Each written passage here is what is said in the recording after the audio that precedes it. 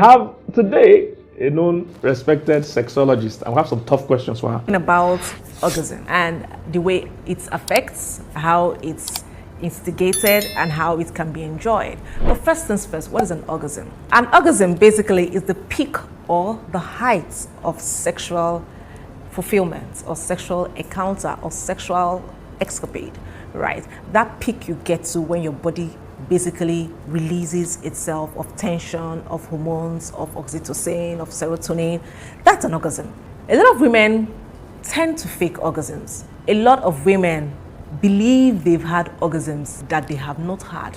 And a lot of women deprive themselves of good, beautiful, experiential intercourse, outercourse, just because they are expecting orgasms. So today we're going to demystify orgasms, and then we'll go right into how to achieve an orgasm for your wife. So there are various types of orgasms. There's the vaginal orgasm, there is the erogenous orgasm. The vaginal orgasm basically are orgasms that are generated or are enjoyed or are instigated via penetrative sex, which is through the vagina. And now it's basically instigated around the vulvar region because of the balls of the clitoris that embeds or encompasses the vaginal walls. Now, the clitoral orgasm, I know I'm speaking plenty terminologies and plenty English for you, but I believe if you understand these terms, you know exactly what's happening in your body as a woman,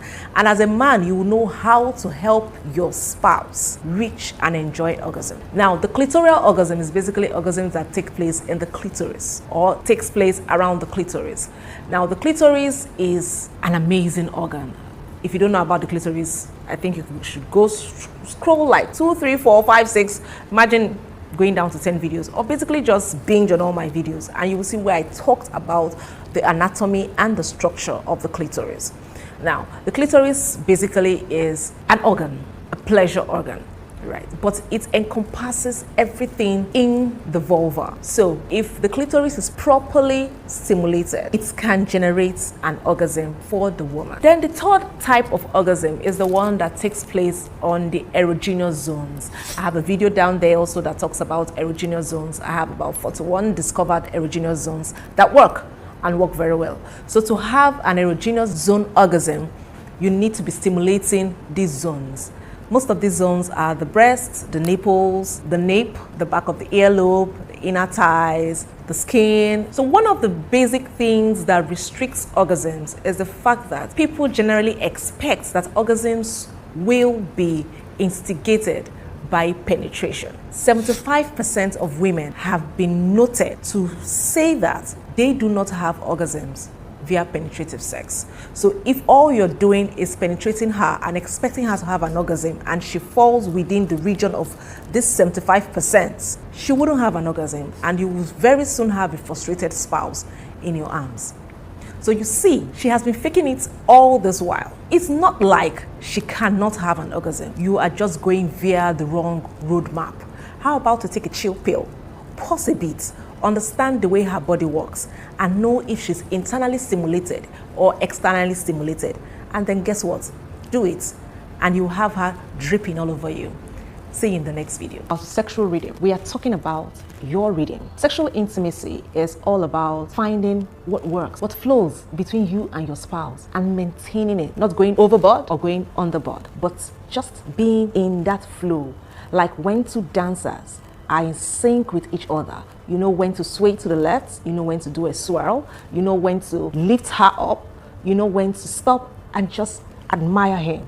You know when to do what. There's a reading to your intimate life. Are you in sync with it? So let's dive right into the video. Finding your sexual reading is less about technique, but more about communication, connection, understanding, vulnerability, being in the presence, being in the now, knowing what moves and ticks your partner on, and just doing it.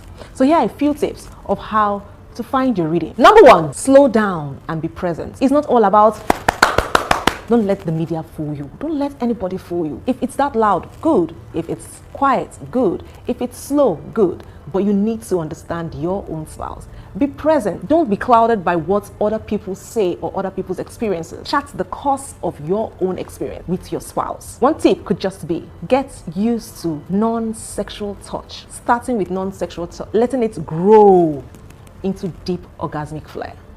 Number 2, create a safe space for communication. Your spouse should be comfortable telling you his or her desires, his or her fantasies, his or her turns on and off. Your wife should be able to come home and say to you, oh, I didn't know I was still this hot. I was walking on the street and there was this guy that was drooling over me, without you feeling insecure. Your husband should be able to come home or sit with you in the dining over a game and tell you how his secretary is flirting with him. Are you a safe space for your spouse? See, safe spaces create trust. Trust creates room for better communication. And when communication is done effectively, there's a ready, and it flows with ease. Number 3, explore each other's natural rhythms. Yes, you have a rhythm. You remember when you say slow, take it slow, that's your rhythm. Or when you say fast, harder, that's your rhythm. But you see, if you are saying take it slow and your spouse thinks that that's the time to go on a fast pace, my brother, my sister, is going to end in a horrific experience. So again, understand your spouse's rhythm and flow with it. Number 4, check in with eye-to-eye contact. You know those deep stares right in the peak of your escapade. Deep eye-to-eye stares, maintain eye contact. Speak to your spouse with your eyes.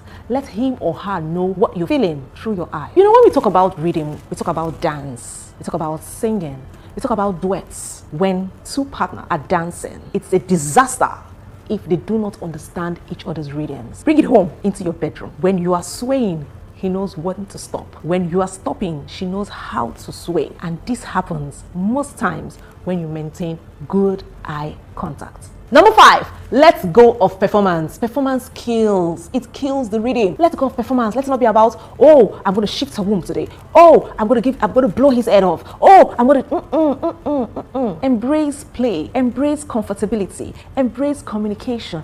Embrace relaxation. Let go of the performance.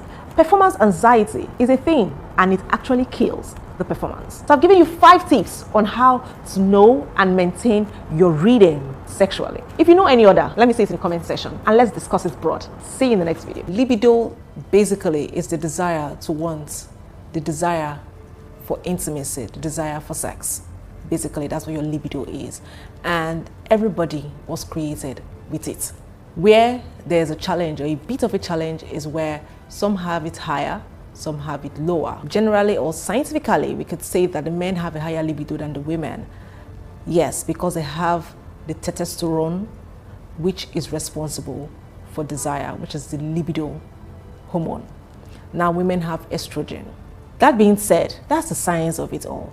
That also doesn't mean that every man has a higher libido than the woman they are married to. Some cases we've had to handle over the years. We have women who have a high desire, who have the high libido, and feel trapped because their husbands can't meet up or can't match up to their libido level. Yes, it's a thing. First things first, because science says so, does not mean that it is so for everybody. It doesn't mean that everybody experiences the same thing. Some men have low libidos. Some men have low libidos as compared to the wife they are married to. Some women have low libidos as compared to the men they are married to.